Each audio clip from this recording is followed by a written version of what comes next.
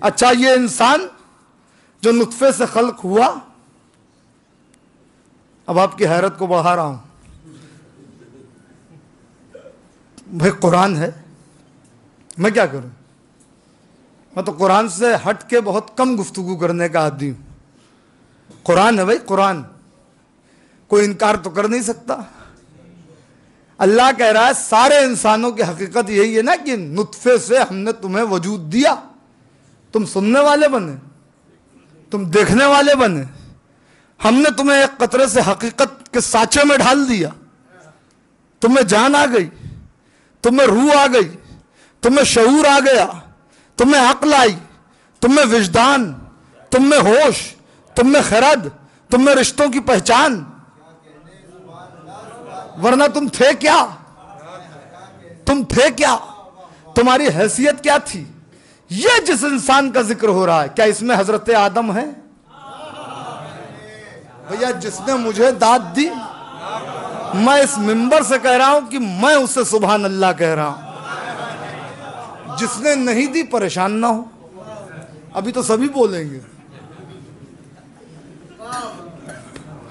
اس میں حضرت آدم ہے بھائی، کیوں نہیں ہے؟ جبکہ حضرت آدم پہلے آدمی ہیں بھائی، ابو البشر ہیں، پہلے انسان ہیں، مگر ہیں اس میں یہ جو نطفے سے خلق ہوئے نہیں؟ کیوں؟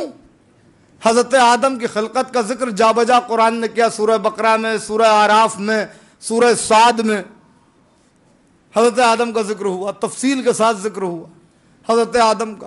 کیا کہا؟ کہیں پر کہا انی خالق بشر من طین، میں نے ایک بشر خلق کیا کھنکھناتی ہوئی مٹی سے۔ تین، یہ تے والا تین نہیں، تو بہت سی باتیں سمجھ لیا کریے، تو یہ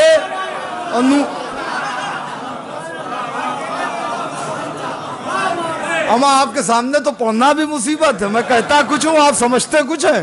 ایک صلوات بھیجے محمد و آل محمد پر۔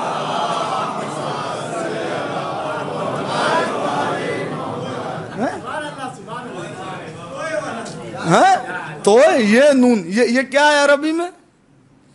جب مٹی کو پانی سے ملا لیا جائے اور خمیر تیار کر لیا جائے تو اسے عربی میں کہتے ہیں تین۔ سوکھی مٹی ہو تو اسے کہتے ہیں تراب، جو خالص ہو۔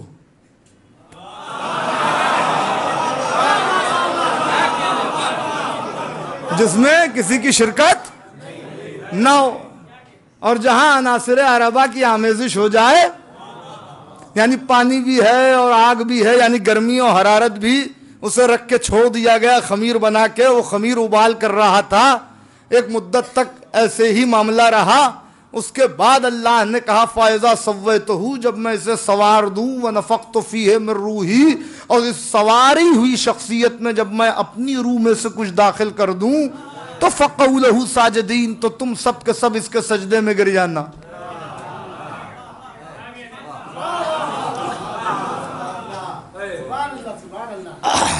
کیا منزل آ گئی صاحب، کہاں سے چلا تھا میں اور کہاں پہنچ گیا۔ یہ حضرت آدم علیہ نبینا علیہ السلام جو خلیفۃ اللہ ہیں، حجت اللہ ہیں، یہ نطفے سے نہیں، ان کو اللہ نے مٹی سے خلق کیا۔ کہیں پر کہا انا خلقنا البشر سلالۃ من طین، میں نے بشر کو خلق کیا مٹی کے سلالے سے، مٹی کے جوہر سے۔ سلالہ جانتے ہیں کسے کہتے ہیں؟ جوہر، جسٹ، کنکلوژن، نچوڑ، مٹی کا عرق نکالا تو ہم نے ایک انسان خلق کیا۔ ثم جعلناہ ذریۃ من نطفۃ فی قرار مکین، اور پھر ہم نے ان کی ذریت کو نطفے میں منتقل کیا اور ایک محفوظ مقام میں اس نطفے کو رکھا، تو وہاں سے یہ انسان شروع ہوا جو ہم آپ ہیں۔ پہلی منزل پر تراب سے خلقت، ارے میں کچھ کہنے جا رہا ہوں بھائی، پہلی منزل پر تراب سے خلقت، مٹی سے خلقت، مٹی کے جوہر سے خلقت، پتا چلا جو انسان نطفے سے نہیں ہوتا وہ اس منزل پر ہوتا ہے کہ اللہ اس کے آگے فرشتوں کو جھکا دیتا ہے۔ بھائی میں کیا کہنے جا رہا ہوں؟ یہ ہماری اور آپ کی حقیقت نہیں ہے۔ ہمارے آگے معاذ اللہ فرشتے نہیں جھکتے، ہمارے آگے جھکیں گے فرشتے؟ ہم تو امتیاز ہمارا ہے، کیا حیثیت ہے اللہ خود بتا رہا ہے۔ اس کے باوجود یہ کہ صاحب انسان وہ جس کے آگے فرشتے جھکے، جی نہیں، جہاں خلقت میں نطفے کی آمیزش نہیں ہوتی۔ میرے اللہ میرے مولا مجھے طاقت دیجیے گا میں بات پہنچا لے جاؤں۔ وہاں منزل وہ ہوتی کہ اللہ فرشتوں کو جھکا دیتا ہے، اللہ فرشتوں کو جھکا دیتا ہے۔ ارے ساری دنیا مل کر حضرت آدم کو نہیں سمجھ سکتی۔ ابھی خلق ہوئے، ابھی خلق کیا اللہ نے، ابھی مٹی کے پتلے کو صاحب امر بنایا ہے پروردگار نے، حکم دیا فرشتوں کو جھکو سجدے میں، فَقَوْا لَهُ سَاجِدِينَ، سب کے سب اس کے سجدے میں گر گئے۔ اس کا سجدہ کرو، فوراً کرو۔ یہ وحدہ لا شریک جس کا سجدہ واجب ہے وہ اپنے سامنے آدم کو سجدہ کروا رہا ہے۔ اور میں نے بڑا جملہ کہا تھا، اپنے سامنے۔ ابھی آدم نے کیا کیا؟ یار میں کہاں سے آپ کو بتاؤں؟ ابھی آدم نے کیا کیا؟ کون سی نماز پڑھی؟ کون سی تسبیح کی؟ کتنے وظیفے کیے؟ کتنے رکوع کیے؟ کتنے سجدے خود کیے؟ کون سا ذکر کیا؟ کچھ نہیں کیا۔ اب اس کو بھی کیا کیجئے گا؟ مزاج قدرت ہے، ہزاروں سال کے سجدہ گزاروں کو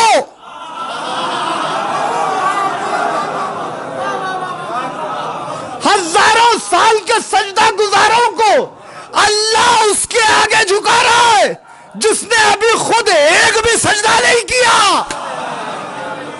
ارے میں کیا کہہ رہا ہوں؟ اے پروردگار، جس نے ابھی خود ایک بھی سجدہ نہیں کیا اس کے آگے تو یہ پرانے نمازیوں کو جھکا رہا ہے۔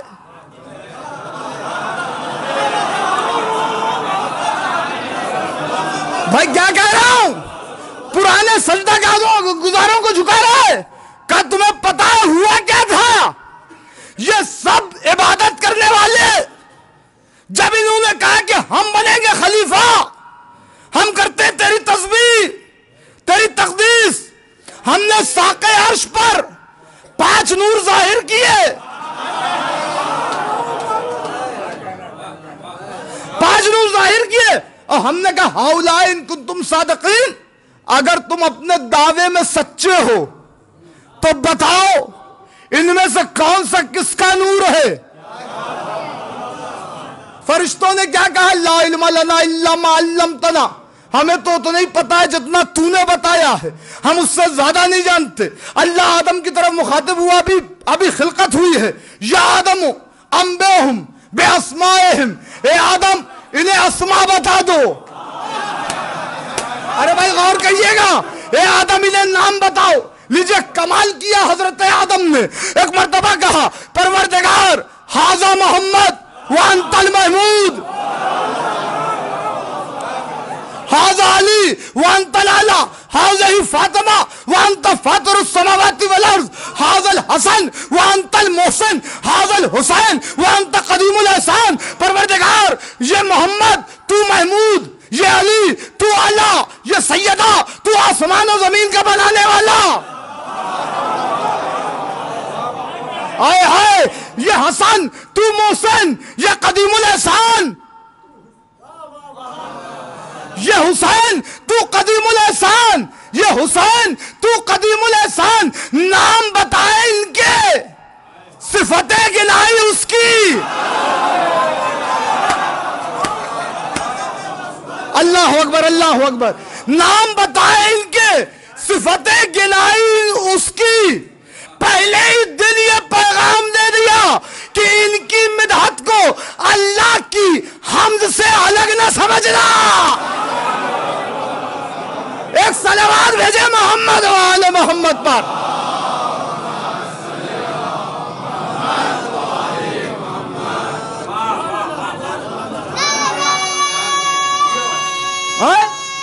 ہم اصغر بھائی ہم آگے آ جائیے.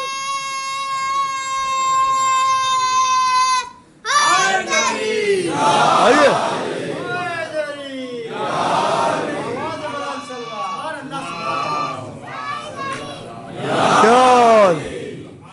ماشاء اللہ.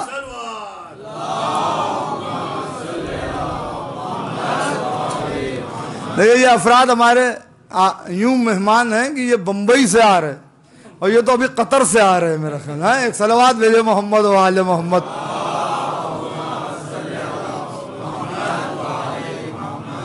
تھوڑی سی گرمی مجھے ہی لگ رہی ہے, آپ کو بھی لگ رہی ہے؟ ہاں وہ تو ابھی آگے آگے دیکھیے ہوتا.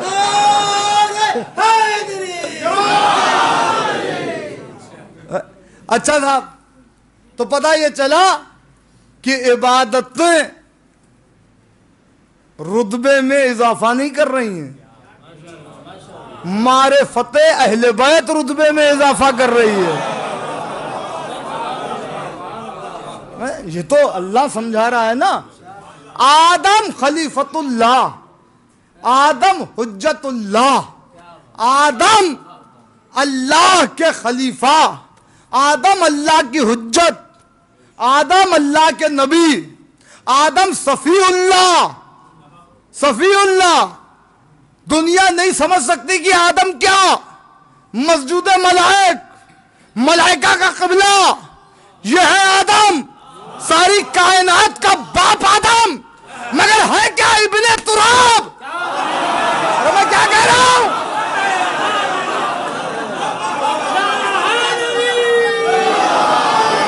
ہے کیا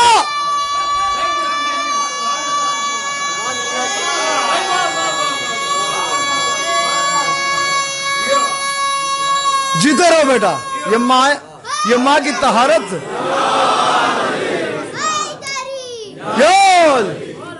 ہے کیا ابن تراب, ابن تراب.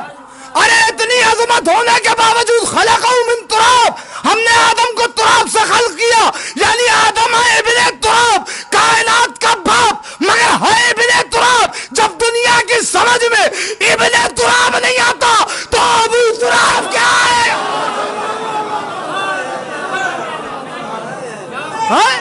اب بس یہی سے سمجھے کہ جب ہستی ابو تراب جیسی ہو تو وہ ہستی اس خاتون کا کفو بنے گی جو ام الانوار ہو. ارے میں کیا کہہ رہا ہوں, جو انوار کی ماں ہو. نہیں, تراب کہاں ہوتی ہے؟ کہ زمین پر. مٹی کہاں ہے؟ زمین پر. حضرت آدم کا خمیر بھی جو گمدا تو کوئی آسمان پر مٹی تھوڑی نہیں تھی. اسرائیل پوری تفصیل ہے نا, جبریل چلے گئے, میکائیل چلے گئے, اسرافیل چلے گئے, آخری میں اسرائیل لے کے آئے مٹی. وہیں سے یہ قانون بن گیا کہ اب زمین پر کسی بھی انسان کو لینے کے لیے تم ہی جاؤ گے. جی ہاں یہی ہے. تو حضرت اسرائیل وہ مٹی لے کے آئے, وہ لے آئے مٹی, اور اسی سے آدم کا خمیر بن گیا. یہ تو پوری تفسیر ہے. آدم کا خمیر بن گیا تو یعنی زمین پر ہوتی ہے مٹی, زمین پر ہوتی ہے. سیدہ کون ہے؟ جن کی وجہ سے اللہ زمین و آسمان کا خالق ہے. نہیں پتہ نہیں میں سمجھا پاؤں گا کہ نہیں سمجھا پاؤں گا. یہی تو تاریخیں ہوتی ہیں جب شہزادی پر گفتگو کرنے کا موقع ذرا قاعدے سے ملتا ہے. اس موقع کو تو نہیں چھوڑنا چاہیے. خوش نصیب ہیں وہ افراد جو ان تاریخوں میں مجلسیں کرتے ہیں اور مجلسوں کا انتظام کرتے ہیں. یہ آپ سب کے نام وہاں پہلے سے درج ہیں.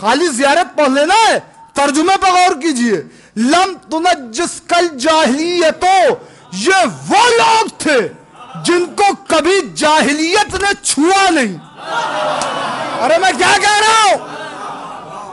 یہ جاہلیت کیا ہے؟ جہالت اور جاہلیت اور زمانے جاہلیت.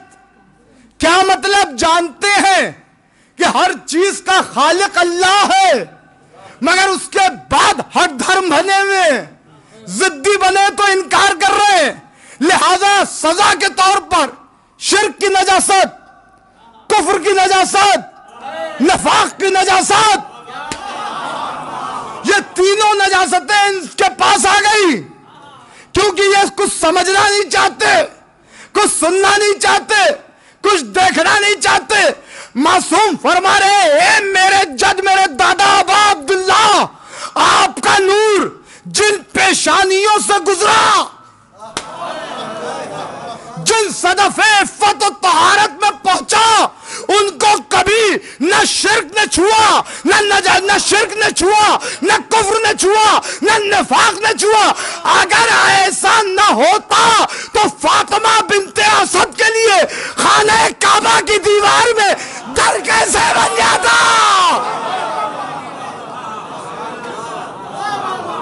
ایک بلند ترین بس ختم کر دی میں نے. مولا سلامت رکھے.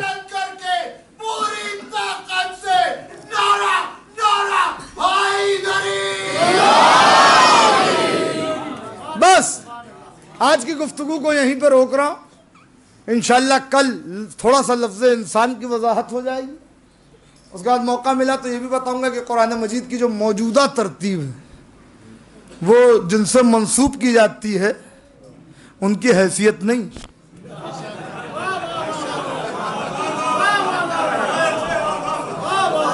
ماشاءاللہ جو بھی نشر پیغام کربلا کرتے ہیں مولا ان کو سلامت رکھے. اور خصوصاً ان ایام میں جو مجلسوں کو ریلے کیا جاتا ہے، یہ زنبیہ چینل کی طرف سے مجھے بتایا گا کہ لائیو پروگرام ہے. بہرحال اللہ ان کی توفیقات میں اضافہ کرے. دیکھیے مسئلہ یہی ہے کہ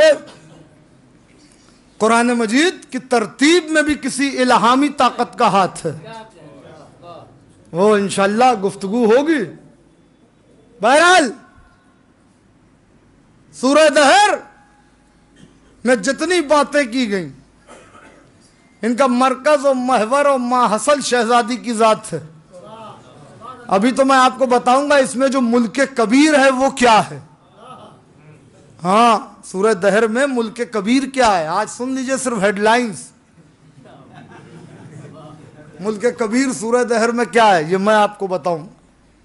لا یرونا فیہا شمسم ولا زمہریرا. یہ جو شمس و زمہریر کی بات ہو رہی ہے، جنت میں نہ آفتاب ہوگا نہ مہتاب ہوگا، یہ کیا ہے یہ بھی سورہ دہر میں آپ کو بتاؤں گا. پھر مشکورہ یہ کیا ہے یہ بھی بتاؤں گا. پھر تذکرہ یعنی ذکر کیا ہے یہ بھی بتاؤں گا. کیسے کیسے کھانا دیا گیا، روٹیاں دی گئیں، یہ ساری تفصیل آئے گی انشاءاللہ. اور موقع مل گیا تو پچھلے سال میں نے شہزادی ثانیہ زہرا سلام اللہ علیہا کا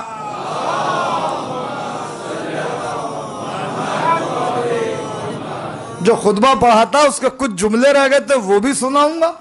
تھوڑا بہت خطبہ فدق کے بھی جملے سناؤں گا. اس کے ساتھ یہ لوگوں کو بہت کم معلوم ہے کہ شہزادی ام کلثوم سلام اللہ علیہا نے بھی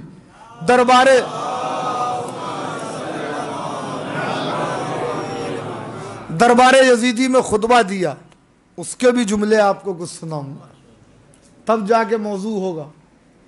بہرحال عزیزوں تمام کر دی میں نے گفتگو کہ یہ وہ خاندان ہے. میں ایک بات کہا کرتا ہوں اس موضوع کے ذیل میں، یوں تو سارا قرآن خاندان زہرا کی شان میں، مگر اگر بی بی علیین میں رہتی، وادی وحدت میں قرب الہی میں رہتی، میں جملے سنتے رہیے گا، وادی وحدت میں قرب الہی میں رہتی، دنیا میں نہ آتی تب بھی عظمت زہرا میں کوئی فرق نہ پڑتا. دنیا میں بی بی کی آمد جو ہوئی تو اس کے پیچھے بہت سے مقاصد ہیں. ہو سکتا ہے کہ قرآن نازل ہوتا، ہو سکتا کہ قرآن نازل ہوتا، مگر اگر سیدہ کی آمد نہ ہوتی تو 3 سورے تو کبھی نہ نازل ہو پاتے. میں کچھ کہہ رہا ہوں،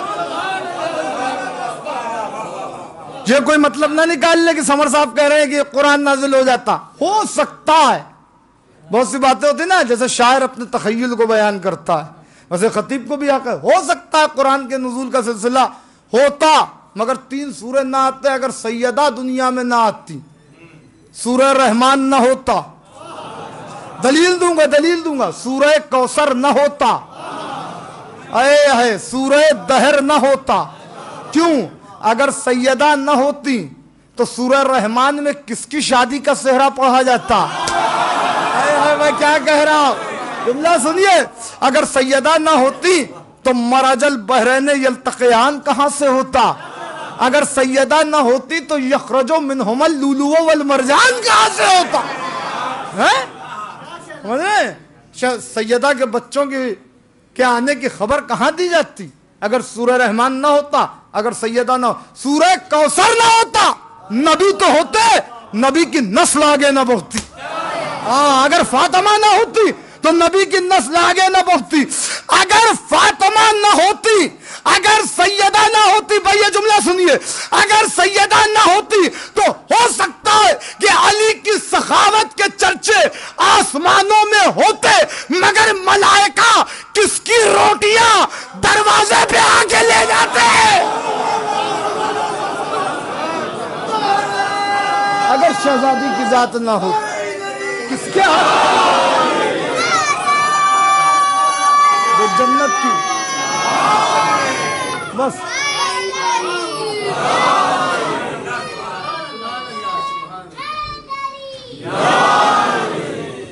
کس کے ہاتھوں کی بنی ہوئی روٹیاں تھیں جو جنت کی نعمتوں میں 14 چاند لگا دیتی. 4 نہیں، جہاں محاورے دم توڑیں. سمجھ رہے ہیں؟ یہ جو روٹیاں دی گئی، روٹیاں کتنی ہیں؟ 15 روٹیاں. جنت کے قصر میں 14 چاند لگ رہے ہیں. ان روٹیوں سے پاشتیاں 15.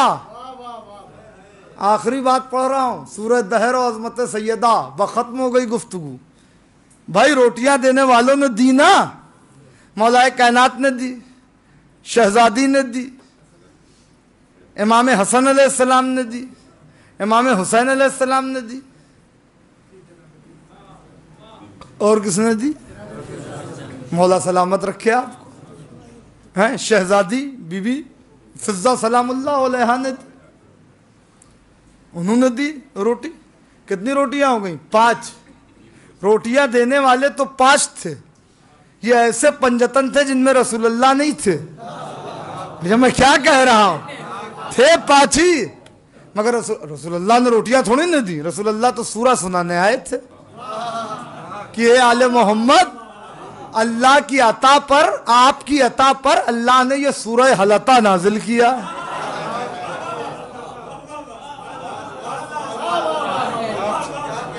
کتنی روٹیاں ہو گئی صاحب؟ 5. ایک دن دی یتیم مسکین اسیر. وَيُطْعِمُونَ الطَّعَامَ عَلَىٰ حُبِّهِ مِسْكِينًا وَيَتِيمًا وَأَسِيرًا. وضاحت کروں گا اسیر کیا ہے، ابھی نہیں، یہ سارے موضوع آگے کے لیے. یتیم، مسکین، اسیر. 5 روٹی دی ایک دن. دوسرے دن پھر 5 روٹی. تیسرے دن پھر 5 روٹی. کتنی ہو گئی؟ 15. سورہ دہر میں دیکھیں، بسم اللہ تو ایک مستقل آیت ہے. اس کے بعد جو بات شروع ہو رہی تھی وہ تو یہیں سے ہے نا کہ حل اتی علی الانسان حین من الدہر. تو اب حل اتی سے لے کر آخری تک جتنی آیتیں جانتے ہیں کتنی؟ 30. سورہ دہر میں بسم اللہ کو چھوڑ کر جو مطلب بیان کیا جا رہا ہے تو وہ ہے 30 آیتیں. بھیا میری میتھمیٹکس کمزور ہے. مصر کا بازار کنگال ہو گیا. سوچئے میں کہاں سے لے کے آیا ہوں بھائی. میں پورا مصر کا بازار کنگال ہو گیا. یوسف نہ تلنے تھے نہ تلے.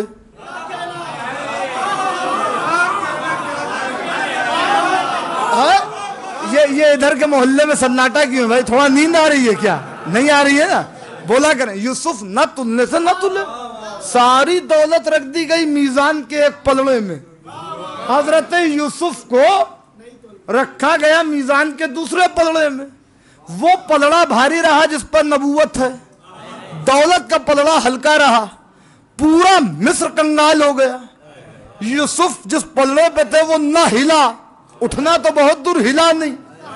اب سب پریشان کہ یوسف کو کیسے تولا جائے. حضرت یوسف نے بلایا. بلانے کے بعد کہا اب سنا ہوا تو آپ کا ہے، مگر خطیب اگر یوں ہی چھوڑ دے تو پھر خطابت کیسی ہے؟ ہاں سنیے تو ہوا کیا. حضرت یوسف نے ایک شخص کو بلایا، عزیز مصر یا کسی کو، اور کہا کہ دیکھو ایسا ہے کہ یہ دولتیں مجھے نہیں تول پائیں گی.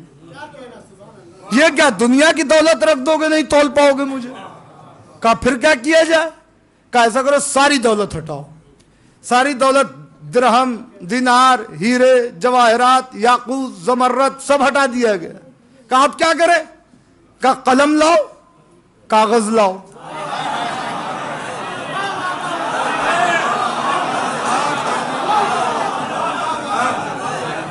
اب میں کیا کروں بھائی؟ سورہ یوسف ہے، تاریخ ہے، علماء نے تفسیر لکھی ہے، میں کیا کر سکتا ہوں؟ سب نے قلم و کاغذ لا کے دے دیا. کیا کہنے؟ مصر کے کافر صحیح مگر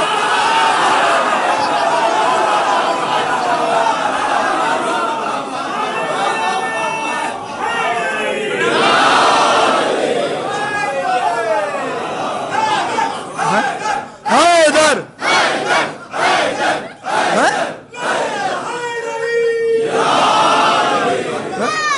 بھائی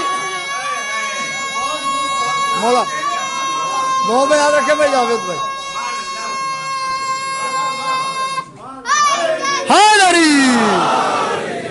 بس مصر کے کافر صحیح مگر نبی کے مانگنے پر قلم و کاغذ دیا نا. دیا کیا کیا؟ حضرت یوسف نے ایک آیت لکھی بسم اللہ الرحمن الرحیم اور لکھ کر کے اور کہا کہ بس اسے ڈال دو. میزان کے ایک پلڑے میں یوسف ہے، دوسرے پلڑے میں وہ آیت چلی گئی. اب نبوت کا پلڑا ہلکا ہو گیا، آیت کا پلڑا بھاری ہو گیا. یوسف جیسا نبی جو حضرت یعقوب پر بھی حق ولایت رکھتا تھا بیٹا ہونے کے باوجود، وَخَرُّوا لَهُ سُجَّدًا 11 ستارے سجدہ کر رہے ہیں، آفتاب و مہتاب سجدہ کر رہے ہیں. اس خواب کی تعبیر ہوئی کہ جب حضرت یوسف مصر کے تخت پر بیٹھے ہوئے تھے، ادھر حضرت یعقوب گرے سجدے میں، ان کی ماں گری، اور ادھر وہ 11 بھائی سب کے سب سجدے میں گر گئے. یہ پورا قرآن ہے، احسن القصص، قصوں میں بہترین قصہ سورہ یوسف. وَخَرُّوا لَهُ سُجَّدًا. اتنا بڑا نبی آل یعقوب کا ورثہ دار، حضرت یعقوب کا ورثہ دار، اتنا بڑا نبی مگر ایک آیت اس سے وزنی، قرآن کی ایک آیت اس سے وزنی. یہاں ہوا کیا؟ 15 روٹیاں دی گئی، آیتیں آئی 30. اب میں کیا کروں میری شہزادی؟ جہاں قرآن کی ایک آیت کے برابر یوسف جیسا نبی نہیں ہوتا، نہ جانے تیرے ہاتھوں میں کیا کرشمہ سازی ہے کہ تیرے ہاتھ کی بنی ہوئی ایک روٹی 2 آیت کے برابر ہو رہی ہے. ایک صلوات بھیج دے محمد و آل محمد. 30 آیتیں نازل ہو رہی ہیں جس کے ہاتھوں کی بنی ہوئی روٹیوں کے وزن کو کوئی نہیں سمجھ سکتا. اس کی ذات کو کوئی کیا سمجھے گا؟ اور جب کوئی اسے نہیں سمجھ سکتا تو پھر اس کے سرتاج کو کوئی کیا سمجھے گا؟ بس عزیزوں، میں نے تمام کر دیا۔ یہ ایام جن میں یہ مجلسیں ہوتی ہیں، یہ ایک سلسلہ اب تو ہمارے آیت اللہ اور ہمارے مراجع وہ علماء ربانیین جنہوں نے اس تحقیق کو بڑھاوا دینے میں بڑی کاوش اور بڑی محنت کی، جس میں خصوصاً آیت اللہ وحید خراسانی، ان کا بہت امپورٹنٹ رول ہے کہ 75 دن سے 90 دن تک پورا ایام اعضاء کی شکل ہو اور شہزادی کا ذکر ہو۔ بڑی مظلومہ بی بی ہے، بڑی مظلومہ بی بی ہے۔ میں تفصیل سے مصائب پڑھوں گا، آج صرف آپ کے تصور کدے پہ دستک دوں گا اور آپ کی آنکھوں سے آنسو آ جائیں، یہی مال مجلس ہے۔ تھوڑا وقت ہو گیا مگر غنیمت جانیے وہ لمحے جو ذکر مولا کی عبادت میں گزر جائیں۔ ان مجلسوں میں ذرا سا انداز بدل جاتا ہے، اس لیے کہ اور مجالس میں فرش عزا پر رومال امام حسین کے ذکر میں سیدہ کے ہاتھوں میں ہوتا ہے، مگر ان مجلسوں میں رومال میرا دل کہتا ہے حسین کے ہاتھوں میں ہوتا ہے، علی کے ہاتھوں میں ہوتا ہے۔ لاؤ ہمارے زخم جگر کا مرہم ہم کو دے۔ میں پہلی بار جب گجرات بھاؤ نگر میں نے کہا کہ بس تصور کدے پر ایک دستک ہے، آپ کی آنکھوں سے آنسوؤں کا سیلاب جاری ہو جائے، میں مجلس کو تمام کر دوں گا۔ پہلی بار میں بھاؤ نگر میں عشرہ پڑھنے کے لیے جعفری سوسائٹی کے بلانے پر گیا تھا، تو میں وہاں مجلسیں پڑھ رہا تھا تو ایک نوجوان مجلسوں سے متاثر تھا کافی۔ نماز فجر کے بعد ہم لوگ بیٹھے ہوئے تھے تو وہ نوجوان میرے قریب آیا اور اس نے مجھے ایک بات بتائی کہ میرا کلیجہ پھٹ گیا۔ کہ قبلہ آپ جیسے مصائب پڑھتے ہیں تو ہمیں ہمارے بزرگوں سے ایک ذاکر کی بات یاد آ گئی۔ میں نے کہا کیا بات؟ کہا ہمارے بزرگ بتایا کرتے تھے یہاں بہت پہلے ایک ذاکر آتے تھے، بہت اچھے مصائب پڑھتے تھے، ایسے مصائب پڑھتے تھے، نفسیاتی باتیں کہتے تھے، کوئی تفصیل سے زیادہ شہادت نہیں پڑھتے تھے، مگر ایسا اثر تھا اللہ نے ان کی زبان میں دے رکھا تھا کہ ادھر مصائب ہوتے تھے اور لوگ بے تحاشا گریا کرتے تھے۔ محرم کی مجلسیں چل رہی تھیں، دوسری محرم کے بعد تیسری محرم کی مجلس پڑھنے والے تھے وہ، انہوں نے رات میں خواب میں دیکھا کہ رسول خدا تشریف لائے اور کہہ رہے تم بہت اچھے مصائب پڑھتے ہو، مگر کیا اچھا ہوتا اگر تم محرم کے اس مہینے میں مجھے میرے دونوں بیٹوں کا پرسہ دیتے۔ اب ان کی سمجھ میں نہیں آیا، انہوں نے پوچھا سرکار وضاحت چاہتا ہوں۔ کہا میرا ایک بیٹا حسین ہے اور میرا ایک بیٹا حسن بھی تو ہے، تم حسن کے مصائب کیوں نہیں پڑھتے؟ اب بشارت تھی، انہوں نے خواب میں ہی کہا کہ سرکار جب 28 صفر کی تاریخ آتی ہے تو آپ کی شہادت کے ساتھ ہم ان کی بھی شہادت کا ذکر کرتے ہیں۔ کہا نہیں، ہمیں محرم کے 10 دنوں میں ہمارے بیٹے حسن کا پرسہ دیا کرو۔ کہ سرکار کس تاریخ میں دیں؟ کہا یہ بھی کوئی پوچھنے والی بات ہے، 7 محرم آئے تو پہلے ہمارے بیٹے حسن کے مصائب پڑھا کرو، پھر اس کے بعد ہمارے بیٹے قاسم کے مصائب پڑھا کرو۔ انہوں نے 7 محرم کو قیامت کی مجلس پڑھی، زبردست مجلس پڑھی، اور یہ واقعہ یہ خواب بیان کر کے مجلس پڑھی، بے تحاشا گریا ہو رہا تھا۔ اب اس گریے میں کون کہاں گیا کسی کو خبر نہیں ہوئی، یہ روتے روتے اپنی رہائش گاہ پہ آئے، پھر جو محو خواب ہوئے تو انہوں نے دیکھا کہ امام حسن سبز قبا تشریف لائے اور کہہ رہے تم نے ہماری اصل مصیبت نہیں بیان کی. سنیے بس کلیجے پہ ہاتھ رکھیے. میں نے کہا کہ بس خطیب کا جو کام ہوتا تاریخ درد سے ایک منظر بیان کر دے. تم نے ہماری اصل مصیبت نہیں بیان کی. ایک مرتبہ انہوں نے ہاتھوں کو جوڑ کے کہا سرکار جو کچھ مختل میں نے پڑھا تھا اسے میں نے بیان کرنے کی کوشش کی. اب اگر کچھ چھوٹ گیا تو سرکار آپ بتا دیجئے میں آئندہ اسے بھی پوچھ دوں گا. مگر اتنا بتائیے آپ کی اصل مصیبت کون سی ہے؟ میرا کلیجہ پھٹ رہا ہے. کہا سنو گے ہم دونوں بھائیوں کی اصل مصیبت کیا ہے؟ کہا کیا ہے؟ کہا ہم دونوں بھائیوں کی اصل مصیبت یہ ہے کہ ہم چھوٹے چھوٹے تھے. ہمارے نانا کے دنیا سے جانے کے کچھ دن بعد ہی ملائین نے ہمارے گھر کے دروازے کو گھیر لیا اور گھیرنے کے بعد دروازے میں آگ لگائی.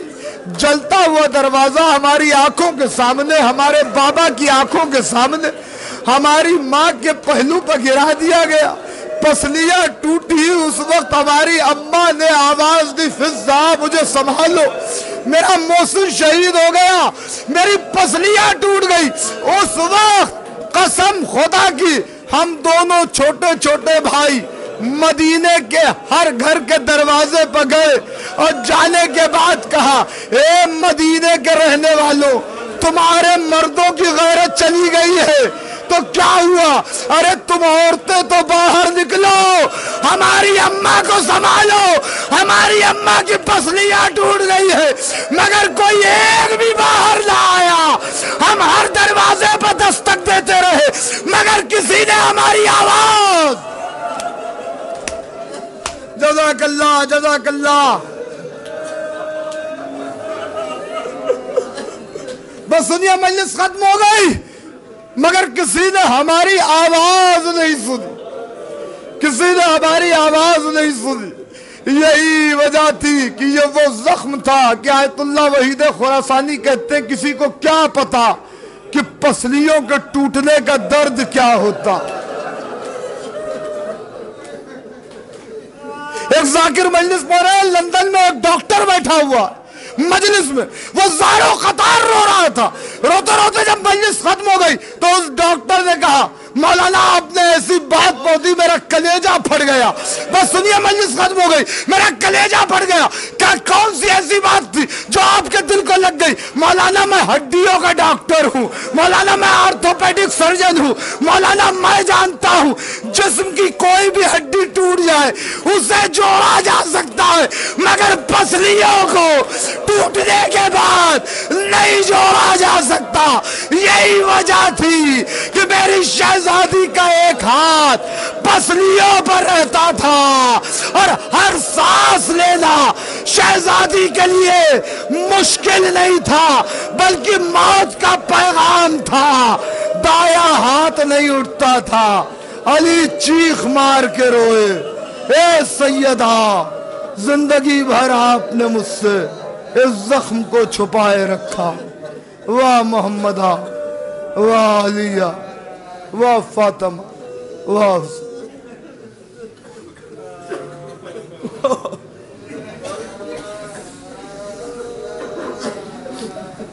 لعنت اللہ وعلی القوم الظالمین وسيعلم الذين ظلموا أي منقلب ينقلبون. الہی بحق زہرا و ابیہا و بالیہا و بنیہا. پروردگارہ تجھے محمد والے محمد کا واسطہ ہمارے ذکر خیر کو قبول فرما. مالک تجھے محمد والے محمد کا واسطہ ہم کو آخری دم تک کے مودت اہل بیت میں ثابت قدم رہ. پروردگارہ تجھے محمد والے محمد کا واسطہ جہاں جہاں بھی شیان حیدر کرار ہیں ان کی جان و مال و عزت اور آبرو و ناموس کی حفاظت فرما. پروردگارہ شیان حیدر کرار میں جو لوگ بھی بیمار ہیں ان کو بیمار کربلا کے صدقے میں، شہزادی معصومہ عالم یان کے صدقے میں شفائے عاجلہ عطا فرما.